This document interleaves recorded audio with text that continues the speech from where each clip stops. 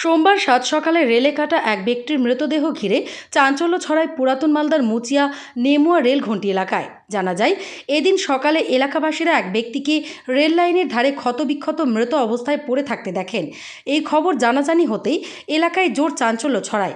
খবর পেয়ে ঘটনাস্থলে পৌঁছায় রেল পুলিশ এবং মালদা থানার পুলিশ।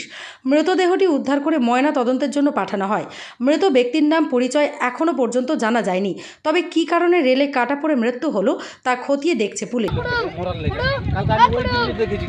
দেখেছো? হ্যাঁ, পাগল টাইপের ছিল কি, কেমন করে বলবো, কাছে থেকে দেখিনি আমি। নিচে একটা লোক একটা গামছা, চপ্পল, চাদর সেই রেল লাইনে গলা দিয়ে পড়ে আছে। ও, কোথাকার লোক? তা আমি জানি না বাবা, কখন কেটেছেন তা দেখিনি আমরা। কোন জায়গা এটা? হ্যাঁ, আমরা ওই সম্বন্ধে কিছু জানি না। এটা কোন জায়গা?